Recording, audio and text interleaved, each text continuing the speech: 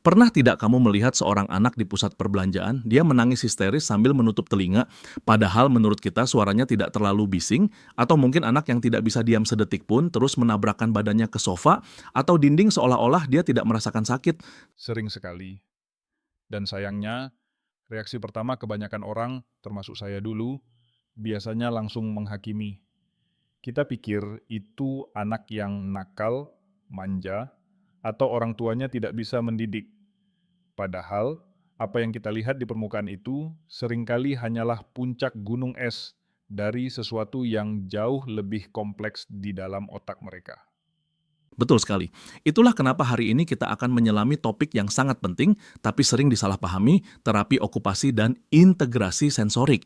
Ini bukan sekadar tentang anak yang susah diatur, tapi tentang bagaimana otak manusia memproses dunia. Jadi mari kita mulai dari dasar. Sebenarnya apa sih hubungannya antara okupasi atau pekerjaan dengan anak-anak? Bukankah tugas anak-anak cuma bermain? Itu pertanyaan yang bagus dan sering jadi miskonsepsi terbesar. Kalau orang dewasa punya okupasi berupa pekerjaan karir, maka okupasi laba utama seorang anak adalah bermain dan belajar. Melalui bermain, mereka belajar berinteraksi dengan dunia.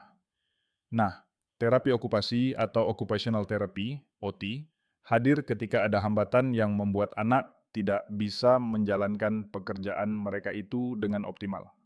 Dan salah satu hambatan terbesar yang sering tidak terlihat mata telanjang adalah masalah integrasi sensorik. Integrasi sensorik. Istilah ini terdengar canggih, tapi kalau disederhanakan ini seperti apa? Apakah seperti sistem kabel di rumah yang korslet? Analogi yang bagus. Bayangkan otak kita itu seperti seorang polisi, lalu lintas di persimpangan jalan yang sangat sibuk. Informasi sensorik, apa yang kita lihat, dengar, raba, cium, itu adalah mobil-mobil yang datang dari segala arah. Pada otak yang berfungsi normal, polisi lalu lintas itu bisa mengatur arus dengan lancar. Oke, suara AC diabaikan, fokus ke suara guru, atau baju ini agak kasar, tapi tidak berbahaya, abaikan saja. Jadi otaknya bisa memfilter mana yang penting dan mana yang tidak. Tepat sekali. Tapi, pada anak dengan gangguan integrasi sensorik atau sensory processing disorder, polisi lalu lintas itu sedang tidur atau malah panik. Akibatnya, terjadi kemacetan total. Suara dengungan lampu neon yang bagi kita biasa saja, bagi mereka bisa terdengar seperti suara bor jalanan yang menyakitkan. Atau sebaliknya, mereka mungkin tidak merasakan apa-apa sampai stimulusnya sangat kuat. Wow, itu perspektif yang menakutkan kalau dibayangkan. Berarti dunia ini bisa jadi tempat yang sangat kacau atau menakutkan bagi mereka. Tapi tunggu, kita kan diajarkan di sekolah kalau indera manusia itu ada 5. Apakah masalahnya hanya seputar 5 indera itu? Nah, ini dia rahasianya. Sebenarnya kita punya lebih dari 5 indera. Ada 2 indera tersembunyi yang jarang dibahas, tapi justru menjadi fondasi perkembangan anak. Namanya sistem vestibular dan proprioseptif. Vestibular dan proprioseptif. Oke, terdengar seperti istilah kedokteran yang rumit. Bisa dijelaskan dengan bahasa yang lebih manusiawi? Tentu, sistem vestibular itu ada di telinga bagian dalam. Dia yang mengatur keseimbangan dan posisi kepala kita terhadap gravitasi. Dia yang memberitahu kita apakah kita sedang tegak, miring, atau bergerak. Kalau sistem ini bermasalah, anak mungkin akan takut sekali kakinya diangkat dari tanah, atau sebaliknya, dia akan terus berputar-putar tanpa merasa pusing karena otaknya haus akan sensasi gerakan itu. Ah, jadi anak yang tidak bisa diam, yang terus melompat-lompat, itu mungkin bukan karena dia hiperaktif dalam artian nakal, tapi dia sedang mencari stimulus vestibular. 100%. Itu namanya sensory seeking. Dia mencari input karena otaknya merasa kurang. Lalu, ada sistem proprioseptif. Ini adanya di otot dan sendi. Ini adalah indera yang memberitahu kita di mana posisi anggota tubuh kita tanpa perlu melihatnya. Coba kamu tutup mata dan sentuh hidungmu. Kamu bisa kan? Bisa dengan mudah. Itu karena proprioseptifmu bekerja. Kamu tahu di mana tanganmu dan di mana hidungmu. Pada anak yang gangguan proprioseptif, mereka sering terlihat kikuk, sering menjatuhkan barang, atau suka sekali menabrakkan badan ke orang lain, atau memeluk dengan sangat erat sampai menyakitkan. Mereka melakukan itu bukan untuk menyakiti, tapi karena mereka butuh tekanan kuat supaya bisa merasakan batas tubuh mereka sendiri.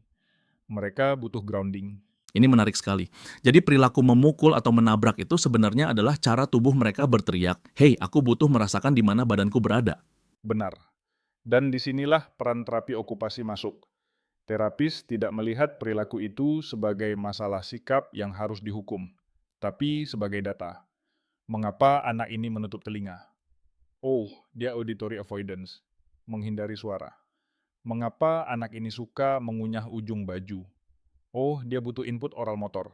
Tujuannya adalah membantu otak anak mengorganisir semua kekacauan lalu lintas tadi. Lalu apa yang sebenarnya dilakukan di dalam ruang terapi? Karena banyak orang tua yang skeptis, mereka bilang, bayar mahal-mahal kok anak saya cuma diajak main ayunan dan mandi bola. Hahaha. Iya, itu komentar klasik. Cuma main. Tapi ingat kata-kata bijak. Play is the child's work. Bagi anak, bermain adalah bekerja. Bedanya, di ruang terapi okupasi, mainnya itu terstruktur dan punya tujuan klinis. Terapis itu seperti arsitek lingkungan. Saat anak disuruh meniti balok titian sambil melempar bola, itu bukan sekadar sirkus. Terapis sedang melatih keseimbangan, vestibular, perencanaan gerak, praksis, dan koordinasi mata tangan sekaligus. Jadi ada ilmu sains di balik setiap permainannya. Betul, itu disebut sensory diet. Bukan diet makanan ya, tapi diet sensorik.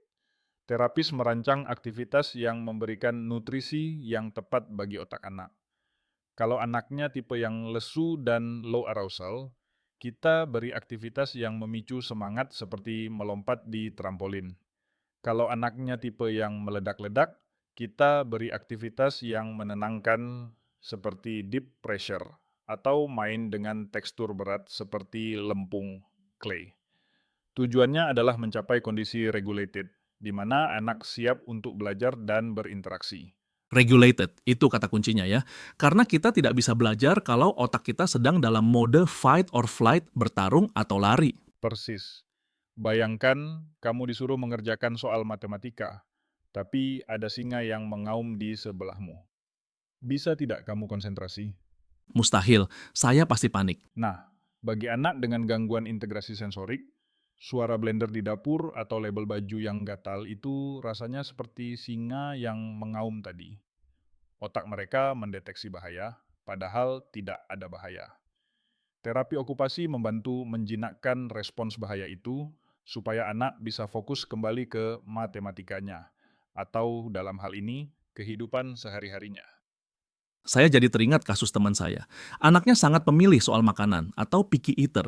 Makanannya harus warna tertentu, tekstur tertentu. Kalau ada sayur sedikit saja, dia muntah. Apakah ini juga ranah integrasi sensorik? Sangat mungkin. Makan itu adalah aktivitas multisensorik paling kompleks yang kita lakukan. Kita harus melihat makanannya, mencium baunya, merasakan teksturnya di mulut, mendengar suara kunyahannya. Bagi anak yang hipersensitif terhadap taktil, sentuhan di area mulut, tekstur nasi yang lembek atau daging yang berserat bisa terasa sangat menjijikkan, bahkan menyakitkan. Jadi, memaksakan anak makan, apalagi dengan marah-marah, justru memperburuk trauma sensoriknya. Terapis okupasi akan melakukan desensitisasi secara perlahan. Perlahan itu kuncinya ya, tidak bisa instan. Tapi bicara soal dampak jangka panjang, apa yang terjadi jika masalah sensorik ini diabaikan? Apakah anak akan sembuh sendiri seiring bertambahnya usia? Ada yang bisa beradaptasi, tapi banyak yang membawa masalah ini sampai dewasa dengan bentuk yang berbeda. Anak yang tidak ditangani mungkin tumbuh menjadi orang dewasa yang mudah cemas, sulit mengatur emosi, atau punya masalah sosial karena mereka selalu merasa tidak nyaman di keramaian. Yang lebih menyedihkan adalah dampak psikologisnya. Mereka tumbuh dengan label anak aneh atau anak nakal yang akhirnya merusak harga diri mereka. Itu poin yang sangat dalam.